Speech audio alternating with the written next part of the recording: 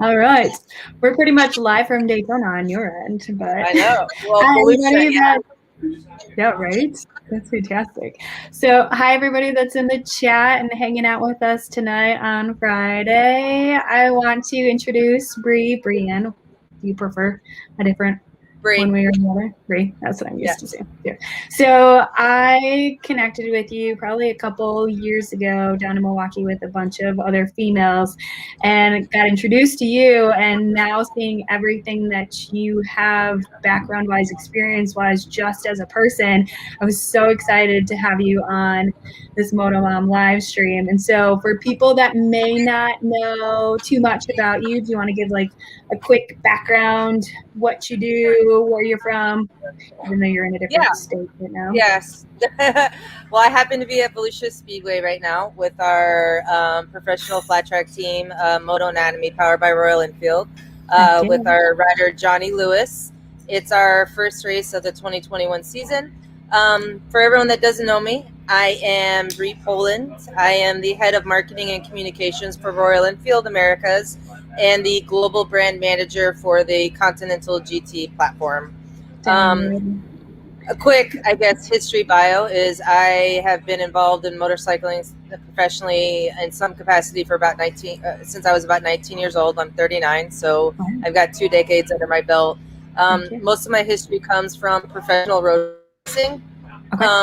I started as an umbrella girl, and then I worked my way up through the paddock doing hospitality, marketing, communications, doing rider sponsorships. After a while, when I left road racing, I had owned my own team. And then when the industry or when the series was bought out by another managing partner, I actually went to Spain with Melissa Paris. And while she was racing the Spanish CEV championship and just really helping her with her program over there. And then I got a call from Royal Enfield, and they were opening up offices in North America. It was going to be the first wholly owned subsidiary outside of India. And I took the job. I was the 4th employee, and 6 years later this month, I'm still here. And I've grown within the company itself. So I started in digital and social media and communications.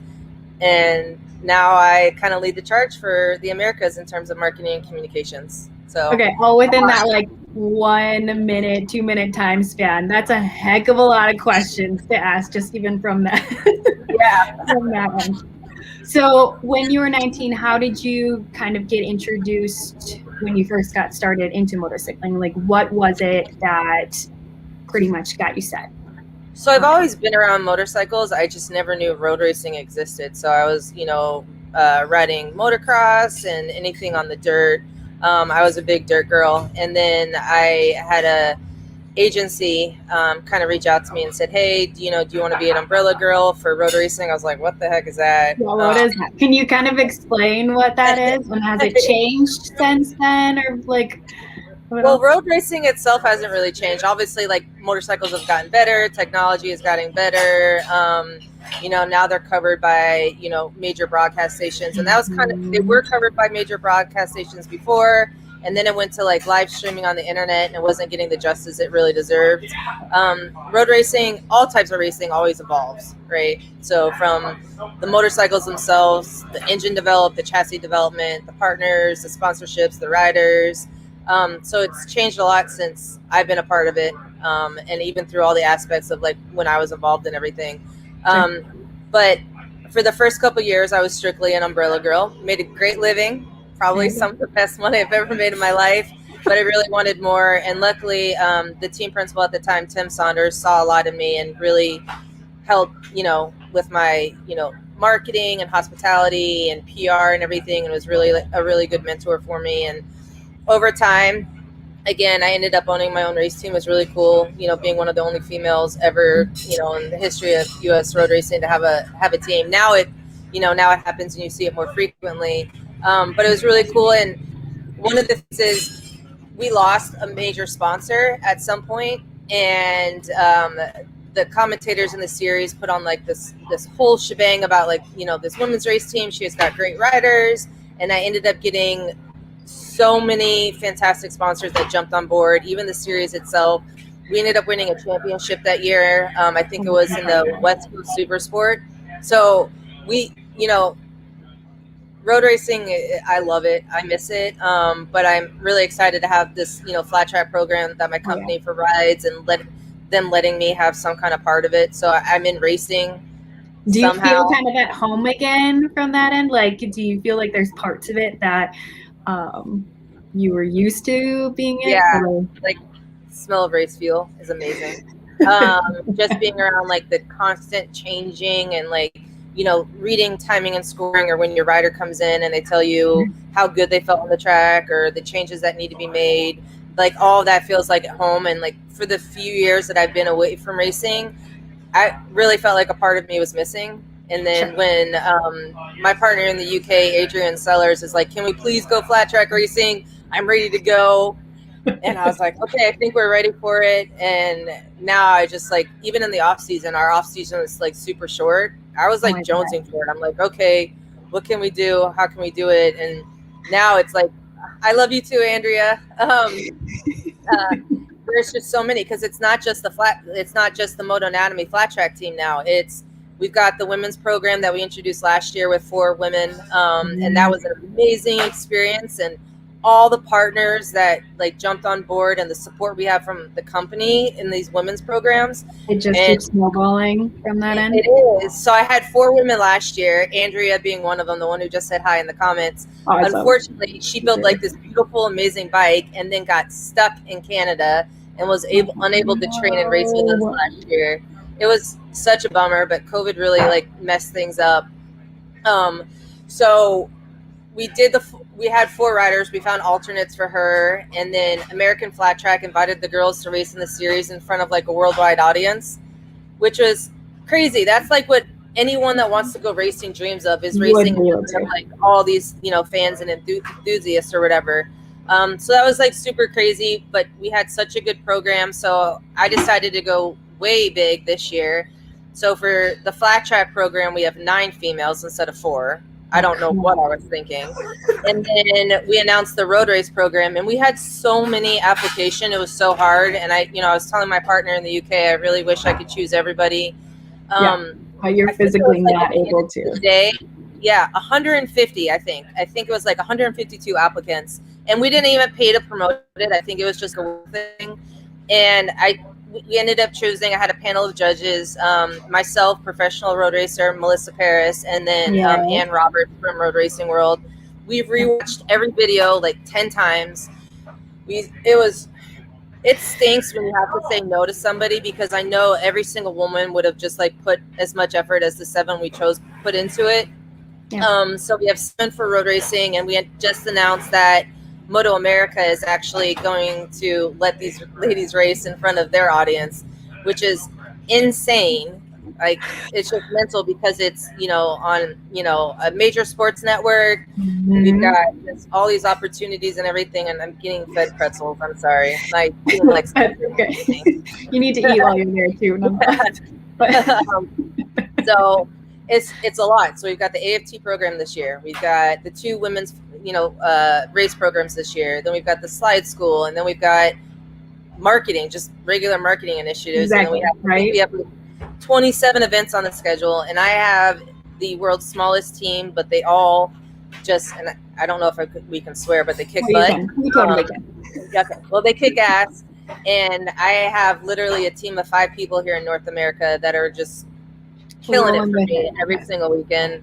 They're all just sitting here staring at me, making faces right now, and I'm trying not to laugh at them. They're so supportive. They should be. Yeah, see, they're all laughing at me right now. Yeah, so. That's awesome, though. So how do you manage all of that? Like, that has to be just a crazy workload and schedule from your end of it. Like, that's, Yeah. I actually don't sleep that much. Everyone asks, like, if I'm, like, human or not. I think because I work for the global company over in India, I have meetings sometimes at midnight, sometimes at 2:30 in the morning. Sometimes those meetings are like 3 or 4 hour long meetings. And then I start my North American workday. Then I meet with my teams in Brazil and Colombia. I think the benefit is that I'm young, and I'm like, I love this brand so much, and I just put a lot of passion and heart to it. And, you know, maybe in like 10 years from now, I'm going to need some sleep, and I'm going to need someone to like take my computer and my phone away from me and tell me like no more. Take a nap. Take a nap, Bree, and come back. Yeah, I don't know. I don't even think, I can't even remember the last time I took a nap, but I don't know. I think I'm riding the high of like how amazing this like brand is, and like being a part of like the first, you know, few employees, and seeing just how much it's grown, and like the positive reception we've gotten from so many people, you know. And a lot of OEMs left the middleweight market, and, you know, North America, you know, has been known as like the heavier CC, you know, like when you go to Europe, when you go to India, when you go to Brazil, everyone starts on like a smaller CC motorcycle and then maybe graduates to a bigger one. But in the US market, it's go big or go home. So like being able to help recreate that middleweight segment, and our motorcycles are extremely accessible and affordable. So it doesn't matter what, you know, your salary is, or like your economic background or whatever. Like, this can be a bike for anybody and everybody if they just open their eyes and like throw their leg over and try it. And I know you've rode it. You know, they're just smile-inducing motorcycles. They're just simple, and I don't know. You need to get on the Himalaya though, like that. So they call it the TWAT, but it's the Wisconsin Adventure Trail in Wisconsin. Yeah. Have you rode that yet? Like, that would be an epic bike to. I haven't, but Chris Steele, who's our Milwaukee brand ambassador, I think I loaned him and some buddies some bikes a couple years ago, and they did it. But this year, I'm so excited because I get to do a lot of things that we've never done before. And one of them, I'm calling it the Epic Ride Series, and I'm not sure if I'll change the name, but we have a brand ambassador named Jesse Kimball. He's an insane adventure motorcyclist. He's one of my favorite human beings, but I'm sending him, professional skateboarder Corey Duffel, a friend of ours, Sana, that works for Road Tripper. She rides a Himalayan, Chris Steele, and one other person to ride Alaska for 12 days on their bikes. So Jesse has been amazing and is curating the entire experience. And I'm of course I have to go because I have to make sure everything's okay. Yeah. 12 days riding in Alaska on the Himalayan, you know. Have you done Alaska before? Has that been in your... I haven't. Oh, that's fantastic. And actually, everyone that's riding, so the 5 brand ambassadors that are coming with us, they've never rode Alaska before either. So when I started pitching them the idea, they're like, "Are you serious? Like, this is on my bucket list." Like, so, and without Jesse, I'd be lost because I don't even know. Like, I just know Alaska's beautiful and it has tons of polar bears. So you're good. You're good wherever you go from that end of it. Yeah. So we'll do an Epic Ride series for each one of the products that we have. So like the INT 650, we'll do like something really cool in California that I'm not ready to announce yet.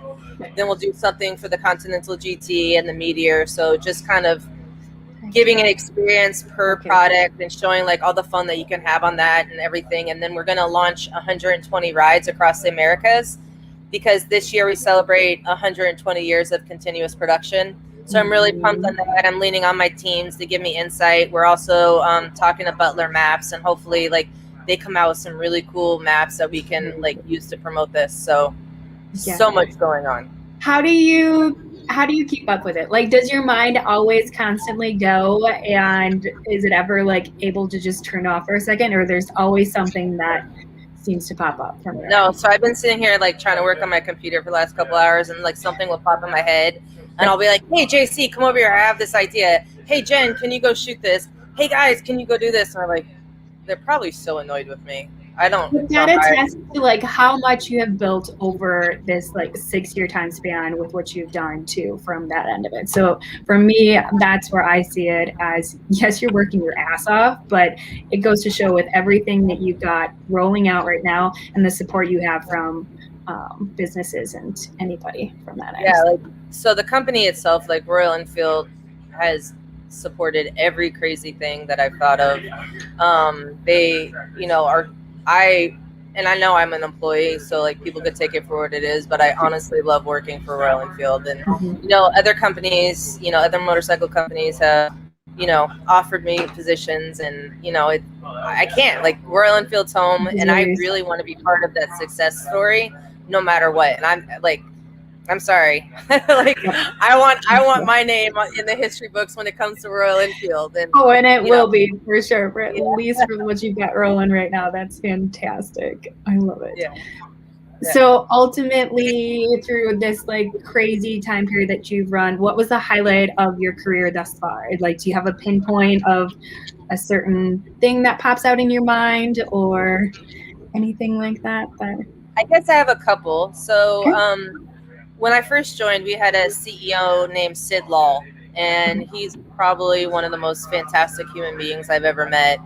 And we used to have leadership conferences, and they'd always choose like a really cool place. And one year we were in Bali, and it was after like a day of like a lot of meetings and roundtable sessions and ideations and everything like that. And you know, Sid's like, who want to go out and ride motorcycles or scooters, because we didn't sell in Bali at that point. So our team coordinated us a bunch of scooters, and we escaped and we rode through volcanoes, we rode through like rice fields, and we had the best food I've ever had in my life. But like, not many CEOs will take time away and spend it with their employees like that. And that's kind of, I guess, where my love continued to like, you know, blossom and grow. And I'm like, man, we have the world's greatest CEO ever. He's now stepped down as CEO. He's managing director, and we have a new CEO. But I think that really kind of like solidified like why I'm with Royal Enfield, though, is that experience in Bali and just like really being able to connect with our CEO. We had the head of product strategy with us. We had the head of product development. We had the head of human resources. And it was just like, I don't hear about a lot of companies making that experience and like getting to know their employees as much as Royal Enfield does. So I love it. And then I would say like another experience is we have an event in India called Rider Mania. And if you guys don't know it, Google it and watch YouTube videos. It is Harley Sturgis. It's Daytona's bike week, but it's for Royal Enfield customers, and it's in a place called Goa, Vagatar, Goa. And it's probably, and I'm not again saying it because I'm a Royal Enfield employee, the best motorcycle event I've ever attended in my entire life. It is so amazing, and it just renews your passion. So I think I've been 5 times. Unfortunately, last year was canceled because of COVID. I hope it comes this year in November again. But if you guys ever want to go to India, make sure you go during November. Make sure you check out Goa, and make sure you go to Rider Mania, because it is smile inducing. It is just every activity you can possibly think of that involves a motorcycle. And you see, like, I don't know, it's just, you have to Google it. You have to watch YouTube videos of it, because it's just so great. And I make every excuse every year to go back. I'm like, well, I've got to get to know my, you know, my Indian coworkers much better, or I've got to see the latest customs. I don't know. I just need to go. Work trip. Always, yeah. But that's incredible. So riding, I'm just it's crazy there. What's that? Sorry, go ahead. I said riding motorcycles in India is crazy. It's crazy. Crazy so to what extent? Like, can you describe it? Because for somebody that hasn't been out of the country, been able to ride right now, like that's the like pull, gravitate. But of course, with everything going on, but what makes it crazy in your mind? There's no really traffic. There's no traffic patterns. It's like you just have to like be prepared to be unprepared for everything. The landscape, the geographies, the amount of motorcycles on the road, the traffic, everything is just so intense and so crazy. And it's just like, holy cow, I just survived 20 miles on a motorcycle. And where in the US, you're like, yeah, 20 miles. But I'm like, 20 miles in India. And honestly feel like riding over there has definitely made me a much better rider here in the US. You know, it's just like being more aware of my surroundings and everything like that. Yeah. I heard it was like almost like a dance, like traffic just kind of flowed however it does. And like I've been on Clubhouse for a couple weeks now, and just talking to different people out of different countries and how they describe riding out there too. It has to be incredible. It is. And it is kind of like a dance. It's like a chaotic breakdance session. Good way to put it. That's for sure. Yeah. So share a bit, because share a bit about your career. And I know you have a son, and I don't know how much you want to share with everybody here online, but kind of within that realm of this 19 years that you've kind of been in this career, how have you managed kind of tackling both motherhood and work with what you built? It's actually really hard and really challenging. And I feel like, like in all transparency, my son probably feels like I chose motorcycles over him. It's hard. He'll be 18 in 2 weeks. So for the past 3 years, he's lived with his dad full time, just right outside of Milwaukee, because he just didn't like my traveling all the time. When he was younger, I was able to have a nanny. I was able to take him to the road races with me a lot. But as he started getting older, it just wasn't feasible anymore. Friends and all that, it makes it hard from his end. It was, and I threw a lot at him. So I'm from Washington, D.C., and we had a pretty good life there. I had a pretty good support network. Again, I used to have him travel with me all the time. But when we moved to Milwaukee, I really didn't have a support network there. I had no family. I had no anybody. His dad happened to move there about a year after I did, but in Oregon, Wisconsin. But when I traveled, there wasn't really a resource to like watch him. So it's been hard. It's been difficult, and you did the best you could with what you got, and you still built. And I think he's going to see everything that you have created and put together and built from that end, that he's going to see this as, my mom is a kick-ass woman. So it used to be really cute when road racing used to be on Fox Sports 2. I can't remember what it was called, Speed Vision or whatever back in the day. He used to go to school and tell people his mom's a movie star, because he used to see me on the television, and then I'd have to go and I'd be like, no, I'm not a movie star. Like, there was a picture of me yelling at a mechanic about like tire warmers not being on a bike, and but in his eyes, that's what it was. Yeah, so that was really cute, and he still brings that up to this day. Like, he sent me a text last night, and he's like, "How's my movie star doing?" or whatever, and it's like adorable. So yeah. So what's the transition like for you now, as he's kind of into this mode of almost adulthood and kind of fly the nest sort of thing? Like, how does that feel for your end? I don't think he wants to leave the nest. I think he's always like, he's a family kid. Like, he loves being around family. He graduates this year. So I actually kind of want to bring him on the road with me for a while, maybe even in the summer, and just like get him back around like the racing programs and stuff. And like, for me, if he ever wants to race in any capacity, like, obviously, like, I have a good network, would be loving and supporting of it. Has he shown any he interest? Doesn't know what he wants. He did, and then unfortunately, it was a while ago, but one of my close friends, Tommy Aquino, passed away in a motocross accident, and my son really looked up to him. And the reason why my son loved motorcycles so much at the time was because of Tommy. So it kind of hit him hard, and he kind of gave up motorcycles for a while. But over the last couple of years, he's gotten really a lot into it. And then the other day he sent me a text. He's like, graduation present, flat track.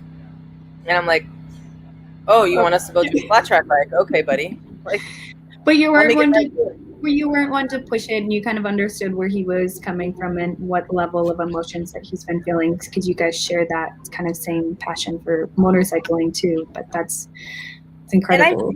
So I've seen a lot of kids that have raced for me or like raced in the paddock growing up, and I've seen them being forced to race, and their heart wasn't into it, their mind wasn't into it, and that's actually like completely horrible for being on the racetrack, right? And I want Breeann to know that, like, my son's name is Breeann. I want him to know that, like, I'll provide him every opportunity, and whether it's in racing or motorcycles or whatever. But I feel like a lot of kids I've seen grow up are forced into it, and then when I check back in with them now, they don't even ride a street bike anymore. And I think they're clocked out. You've got to let them experience and want it on their own, and not try to force it on them. So, absolutely. Yeah.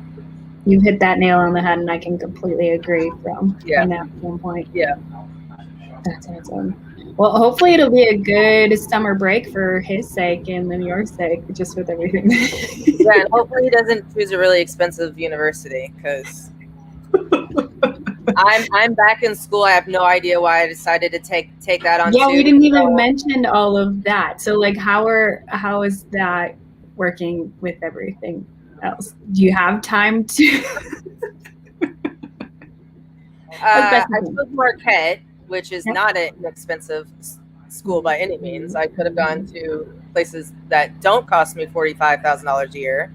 Yep. But of course, me being just a ding dong, I was like, let me go to the most expensive university in Wisconsin. Why not? I'm going back for a degree in strategic communications, which it's actually working quite well because I know a lot of the stuff already since I've been in communications for 15, 20 years. What made you decide to go back to school? It was COVID, man. I'm so used to being on the road 3 or 4 weeks out of every single month and being constantly on the go and working from home. I was like, well, this is kind of weird. I need something else. And I decided, well, I'm not going to take up knitting, so I might as well take up full-time school as well as 2 jobs within a company. So, hey,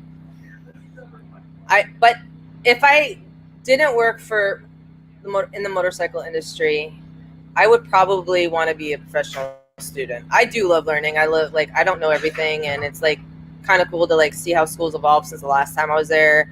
It also helps me with my job now, professional writing courses and just everything. I mean, I always want to keep learning. I don't think anyone ever knows everything. And yeah, you can relate it, and it's applicable now.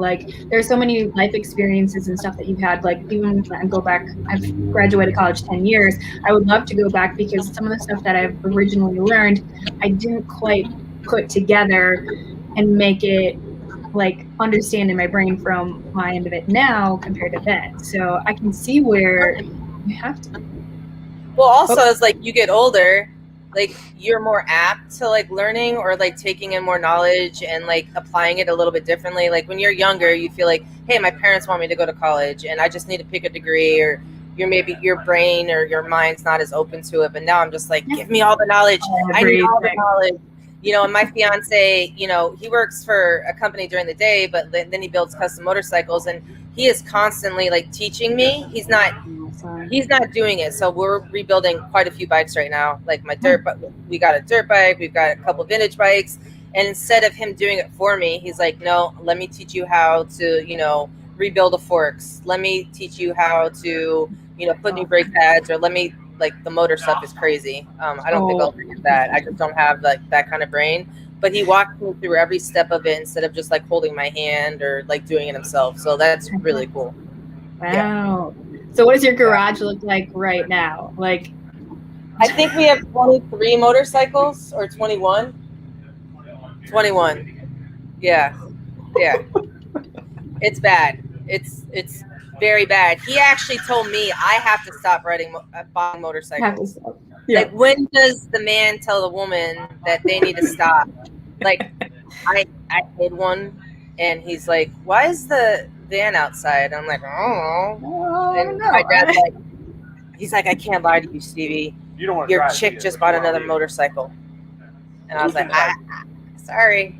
Yep. Yeah. So I think we have 21. We had 23 a couple weeks ago, but some of the motorcycles he buys, he flips or whatever. He'll work on them and then he'll flip them. But there's about 14 or 15 of them that he's never allowed to get rid of, or we're never allowed to get rid of. Heck yeah. Yeah. So, yeah. All my dirt bikes are never allowed to leave. Some of my vintage Italian models are never allowed to leave. My first Royal Enfield's never allowed to leave. So yeah. Yeah. One day I'll build a big warehouse and invite everyone over to come party and showcase. Look at my motorcycles, but not touch them. Yeah. Just for showcase. Yeah.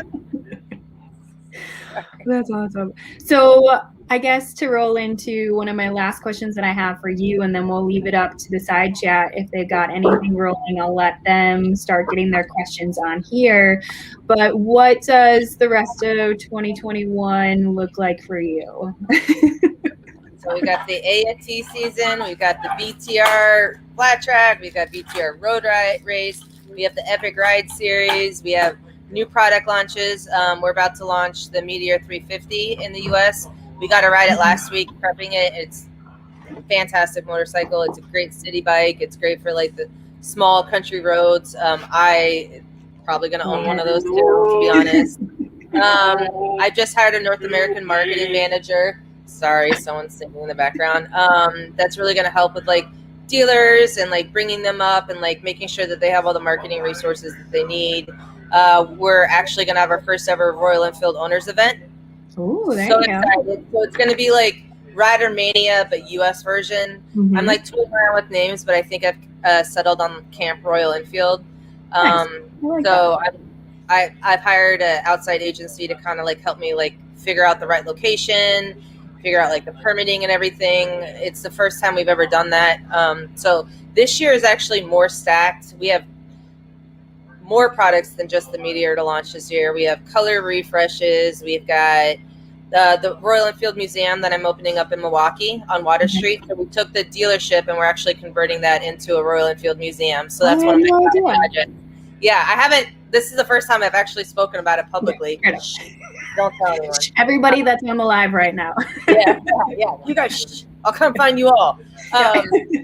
So that's going to be really cool. I work on it when I have time or like when I'm home, but I've been acquiring some vintage bikes for the brand for a while now. We have some custom bikes in there. We have art projects. Kayla Inferno Arts. She was from Milwaukee originally, but she's doing a 12-piece custom paint series for us that we'll be launching. It's so much stuff. Little snippets on her Instagram account, so I'm excited to see. I am too. I'm like, send me more. I want to see it. She's brilliant. She did a personal piece for me. I commissioned her to do a painting for me a couple years ago for Stevie for Christmas, and I just love her. She's a female, so of course she's a great artist. She gets my like, vision for what I want to do for this like celebration of 120 years, and I basically gave her carte blanche. I was like, these are the motorcycles. Pay them how you want it. And she keeps coming out with me like amazing ideas, and I'm just like, I love this. Yes. So you just let her run with it. That's incredible. Yeah. So I guess out of all of that, what are you most excited for out of the year, or just the entire year? Just the entire year. I can't pick one. That's why I like my hands are like in everything, because like there's not one that like I want to make sure that like myself and my team give every program justice. And I know we're really small sometimes. Like I bite off a little bit more than I chew, but I think we'll be able to kick things off. Like I think everything's going to be a success. Everything's learning, right? So like this is going to be our first full season with the AFT team. So it's still a development program. You know, a lot of the women that we brought onto both programs have never raced before. That was the intention of it, is to, you know, bring on women that have never. So I'm sure there's going to be a lot of growing pains and learning on that. I love seeing some of my road race ladies watching. I saw them comment earlier. I tried to share a couple of them as they rolled through here. Yeah, I love that so much. But I think everything's a learning process, and I don't know. Like I think everything's just gonna be a lot of fun. The epic rides to Alaska and like all the other ones, the Rider Mania event, the museum in Milwaukee. Like I'm tired just thinking about it, but I'm also like incredibly stoked and excited. So that whole year is just gonna fly by for your end, and you're gonna be like, where did it go? It was awesome. I can't believe it's already March and we're at the first race of the season for, you know, the Moto Anatomy team. Like I'm like, what? Yeah, that's awesome. We're gonna be down there on Saturday, so we're gonna catch the Saturday races. I'm gonna bring the kids down there, and we're gonna be rooting for Johnny Lewis. Yeah, absolutely. Yeah. Absolutely. Yeah. Well, we've never been to them before. I haven't, or even none of the kids haven't either, clearly, because they're 7 and 2. But I'm just excited to be down in that area, and I know we won't fit. Tomorrow is everything starts. It's just really a Saturday event, kind of, running it off that way. Flat track racing is addicting. It's a lot of fun. Yeah. Ray said, what tracks are on Wisconsin will have flat track racing? From a pro perspective, I don't think there's any AFT races in Wisconsin, but Chicago, May 29th, has an AFT race. So Chicago's not far from Wisconsin, and the women and Johnny will both be racing that weekend. So it's going to be an action-packed weekend. I've got that one on the calendar, and then there's one in Minnesota too, right? So that's road racing. Brainerd. That's Miss Trisha Doll's home track. So she's insanely excited about that. When I told her that was the race, she's like, really? And Brainerd was actually the first road race I ever worked at way back in the day. Okay. So it's cool that this Kinda women's comes program, their full circle. first race will be, or I think Brainerd is the first race. I Yeah. think you might be right. I can't remember off the top of my head, but I know I have it in the calendar for that weekend to come up there. It's gonna be exciting. And like, I don't know if you've seen like all the women share their like road race designs, and maybe I'll put it up on the websites. Yes. They're insane. Like they are going so crazy with these designs. It's crazy, crazy, crazy. Hi, Wendy. Oh, that's awesome. Can't wait for Brainerd. Awesome. Yeah.